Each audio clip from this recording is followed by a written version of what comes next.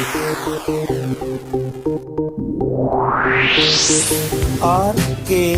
स्वागत है दोस्तों आपका एक बार फिर से हमारे YouTube चैनल RKB कैंफी वीडियोस में। पिछली वीडियो में हमने आपको गति अध्याय में दूरी और विस्थापन का समय के साथ ग्राफ किस प्रकार से खींचा जाता है ये बताया था, और उसके आधार पर वस्तु की चाल का निर्धारण कैसे करती हैं इसके बारे में आपको जानकारी दी थी। आज उसी क्रम में हम आगे चलते हैं। किसी वस्तु की चाल और समय के बीच खींचा गया ग्राफ किस प्रकार से आपको मिलता है, कैसे आप उसका निर्धारण कर सकते हैं और उससे किस प्रकार से आप राशियों को ज्ञात कर सकते हैं। देखिए, चाल और समय के रूप में हमें दो प्रकार की गतियों का अध्ययन करना पड़ सकता है। पहला अध्ययन हो सकता है जब वस्तु की चाल एक समान हो, एक समान चाल के लिए, और यदि वस्तु की चाल बदल रही हो। देखिए, चाल और वेग दोनों एक ही प्रकार से आपको प्रदर्शित किए जा सकते हैं, बस फर्क इतना है कि चाल एक अदिश राशि होती है जबकि वेग एक सदिश राशि होती है, यानी वेग में दिशा भी जरूर होती है। तो यहाँ एक समान चाल के लिए, यानी अगर कोई वस्तु एक नियत चाल से चल रही है तो जब इसका ग्राफ खींचा जाता है तो वो भी समय को हम x अक्ष पर ले लेते हैं और चाल को ले लेते हैं y अक्ष पर। चाल आपकी v से प्रदर्शित की जाती है और समय आपका t से प्रदर्शित किया जाता है। मान के चलिए कि कोई वस्तु 20 मीटर प्रति सेकंड की चाल से चल रही है, 20 मीटर प्रति सेकंड की। तो जब हमने यात्रा प्रारंभ की तो पहले सेकंड पर भी वो 20 मीटर प्रति सेकंड की चाल से चल रही थी, पहले सेकंड पर, दूसरे सेकंड पर भी वो 20 थी, तीसरे पर भी 20, चौथे पर भी 20। तो अगर हम इन बिंदुओं को मिलाएंगे तो ये जो इस प्रकार का समय और चाल के बीच ग्राफ आता है वो आपका एक समान चाल के लिए आता है, यानी जब वस्तु की चाल नहीं बदलती। अब यहाँ चाल के रूप में अगर हम देखें, सूत्र हमारा था चाल इक्वल टू दूरी अपॉन समय, ये हमारा एक सूत्र था। तो जब हमारे पास चाल और समय है तो हम दूरी की गणना भी कर सकते हैं, और दूरी बराबर होता है हमारा चाल गुणा समय। चूंकि यहां पर हमारी चाल नियत है, चाल में किसी प्रकार का कोई परिवर्तन नहीं है, तो चाल हम ले लेंगे v, लेकिन समय, अब दूरी, अब वो वस्तु 1 सेकंड में, 2 सेकंड में, 10 सेकंड में कितनी दूर जा रही है, अगर उसका निर्धारण करना है तो हम यहाँ, ये तो हमारा मूल बिंदु हो गया। अब मान के चलिए t1 समय और t2 समय के बीच हमें इसका निर्धारण करना है, तो t1 और t2 के बीच का अगर निर्धारण करना है तो ये हो जाएगा आपका t2 माइनस t1 के रेस्पेक्ट में। यानी हम यहाँ कह सकते हैं कि इस रूप में जो ये क्षेत्रफल बना, सपोज कीजिए ये बिंदु t1 t2 a और b है, तो ये दूरी आ जाएगी t1 t2 a b का क्षेत्रफल के बराबर, इतने के बराबर। अगर हमें किसी ग्राफ में जो समय और चाल के बीच खींचा गया ग्राफ है उससे दूरी का निर्धारण करना हो तो वो एक आयताकार क्षेत्रफल के रूप में आ जाती है दूरी का मान, जो इस प्रकार से निकाला जा सकता है। दूसरा बिंदु हम लेकर चल सकते हैं, यदि वस्तु की चाल एक समान दर से परिवर्तित हो रही हो। अभी हमने जो टॉपिक किया है उसमें कहा था एक समान चाल हो, लेकिन यहाँ है एक समान दर से परिवर्तित हो रही हो। जैसे कि अगर हम इसका ग्राफ खींचे समय और चाल के बीच, तो मान के चलिए एक वस्तु हमारी 1 सेकंड में 5 मीटर प्रति सेकंड के वेग से चल रही थी, अगले दूसरे सेकंड में उसकी चाल बदलकर हो गई 10 मीटर प्रति सेकंड, तीसरे में हो गई 15 मीटर प्रति सेकंड, यानी हर बार उसकी चाल एक नियत दर से परिवर्तित हो रही हो, तो उसका ग्राफ कुछ इस प्रकार से खींचा जा सकता है। इस प्रकार से ऐसे एक सीधी रेखा होगी जो कि किसी कोण पर झुकी हुई होगी, तो ये रेखा आपकी एक समान दर से परिवर्तन को प्रदर्शित करती है। यहां देखिए, ये आपका मान के चलिए किसी समय t1 पर इसकी चाल v1 थी, फिर उसके बाद समय t2 पर इसकी चाल v2 हो गई, तो यहां से हम इसके द्वारा भी चली गई दूरी का मान निकाल सकते हैं। दूरी बराबर फिर से वही चाल गुणा समय। लेकिन अब की बार चाल भी बदल रही है, समय भी बदल रहा है, तो यहां पर कर देंगे v2 माइनस v1 और गुणा t2 माइनस t1। तो किसी ग्राफ से हम इस प्रकार दूरी का मान ज्ञात कर सकते हैं। दोनों में फर्क है एक समान चाल में और एक समान दर में परिवर्तन। तो इसमें रूप में क्या बताया है कि अगर एक समान चाल है तो वो ग्राफ कुछ इस प्रकार से होगा। मान के चलिए हम कहते हैं कि एक वस्तु पहले एक समान त्वरण से गति करती है, उसके बाद फिर वो एक समान चाल से चलती है, तो कुछ ऐसा ग्राफ आ जाएगा।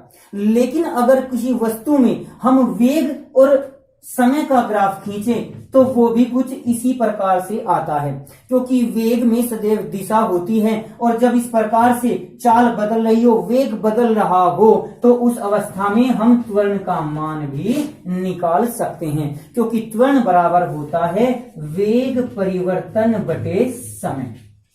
वेग परिवर्तन को अगर हम समय से डिवाइड कर दें तो हमें त्वरण प्राप्त हो जाता है। तो यहां पर हम इसमें किस प्रकार से इसकी वैल्यू निकाल सकते हैं वो देखिए। यहां हम चाल की बजाय इसको वेग लेकर चलें तो वेग परिवर्तन यानी v2 माइनस v1, क्योंकि वेग सदिश राशि होती है तो आप यहां पर वेक्टर लगा सकते हैं, लेकिन बगैर वेक्टर के भी आप लोग लिख सकते हैं। अपॉन t2 माइनस t1 से हम ये वैल्यू निकाल सकते हैं। देखिए अगर हम इनकी गुणा कर देंगे तो हमें दूरी प्राप्त हो जाएगी, लेकिन अगर हम इनका डिवाइड कर देंगे, वेग अपॉन समय ले लेंगे, तो फिर हमारा ये त्वरण को प्रदर्शित करता है। ध्यान रखें कि अगर ये थीटा अंश पर झुकी हुई एक सीधी आगे की ओर बढ़ती हुई रेखा है तो वो त्वरित गति को प्रदर्शित करेगी, लेकिन अगर ये इस प्रकार से तिरछे रूप में झुकी हुई रेखा हो तो वो आपके मंदन को प्रदर्शित करती है। ये मंदन होगा। इसे एक आधार पर और समझ सकते हैं कि यदि वेग और समय का ग्राफ एक्स अक्ष के साथ न्यून कोण बनाता हो, न्यून कोण, तो फिर ये आपकी त्वरित गति होती है, यानी उसमें वस्तु की चाल लगातार बढ़ती हुई चली जाती है। लेकिन अगर ये एक्स अक्ष के साथ अधिक कोण बनाता है, अधिक कोण की अवस्था में ये आपका एक मंदन को प्रदर्शित करेगा, यानी वस्तु की चाल घटती हुई चली जाएगी। एक सीधा सा ग्राफ मैं आपको बनाकर दिखा रहा हूं। जो ये ग्राफ मैं बना रहा हूं इसमें मान के चलिए कि पहले हमारी एक वस्तु एक नियत त्वरण से चाल परिवर्तित करती है, यानी उसका वेग बढ़ रहा है। वेग बढ़ रहा है तो उसकी दिशा हम कुछ इस प्रकार से प्रदर्शित करेंगे। फिर कुछ समय तक वो एक नियत चाल से चलती है, नियत वेग से चलती है, तो ये नियत वेग हो जाएगा, क्योंकि इसकी वैल्यू v जो भी होगी इस समय t1 पर भी मान के चलिए 50 मीटर प्रति सेकंड है और इस t2 पर भी ये 50 मीटर प्रति सेकंड है, तो ये नहीं बदलती, तो ये होगा आपका नियत वेग के रूप में। लेकिन फिर कुछ समय पश्चात वो धीरे धीरे धीमी होकर बाद में रुक जाती है, तो कुछ इस प्रकार से उसका ग्राफ खींचा जा सकता है। ये मंदन को प्रदर्शित करता है। जैसे कि एक ट्रेन के बारे में कह दिया जाए कि एक स्टेशन पर ट्रेन रुकी हुई है तो उसकी चाल हो गई 0।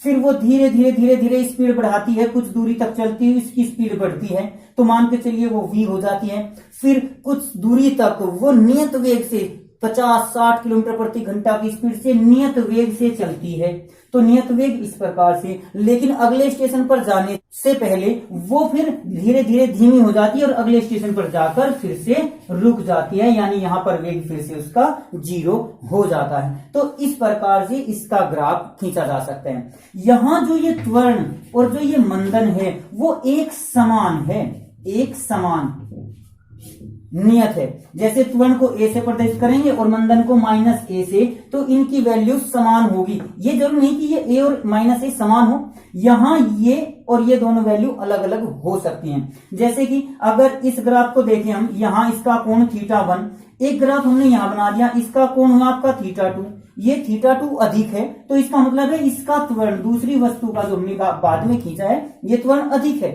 इसी प्रकार से एक मंदन ये है और दूसरा मंदन हमारा ये हो गया। ये देखिए t3 यानी कम सेकंड में, यहां ये है, इसका अधिक कोण और इसके अधिक कोण की तुलना अगर की जाए तो यहां ये मंदन अधिक है, ये अधिक मंदन होगा। तो इस प्रकार से अगर हमें दो ग्राफ अलग अलग दिए हुए हों तो हम उनके त्वरण की तुलना, उनके मंदन की तुलना कर सकते हैं। जो कम समय में अधिक चाल प्राप्त कर ले अधिक त्वरण, कम समय में जल्दी रुक जाए तो वो अधिक मंदन को प्रदर्शित करता है। तो इस आधार पर हम इस ग्राफ में एक बात कह सकते हैं कि अगर ढलान अधिक है तो त्वरण अधिक होगा। यहां जब वो नियत वेग से चलेगी तो इसके लिए त्वरण सदैव 0 होगा। एक समान से तो है सीधी रेखा से तात्पर्य, लेकिन अगर त्वरण एक समान नहीं है, अलग अलग है, तो उसका ग्राफ कुछ इस प्रकार से खींचा जा सकता है। ये ऐसे खींचा जा सकता है, यानी पहले धीरे धीरे धीरे धीरे ये पहले 5 मीटर प्रति सेकंड, 20, 30, 40, 50, 60 एकदम से वेग बढ़ जाता है। जैसे बाइक को आप लोग चलाते हैं, एकदम से उसकी स्पीड बहुत ज्यादा गति कर देते हैं तो उसका त्वरण जो है वो नियत नहीं रहता। आप ऐसा नहीं करते कि गति, गाड़ी की गति, जो बाइक की गति है वो धीरे धीरे बढ़ाई जाए।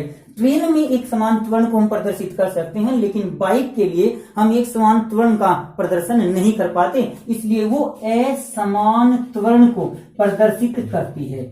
ये जो ग्राफ है वो असमान त्वरण का, जबकि ये ग्राफ आपका समय और वेग के बीच खींचा गया है।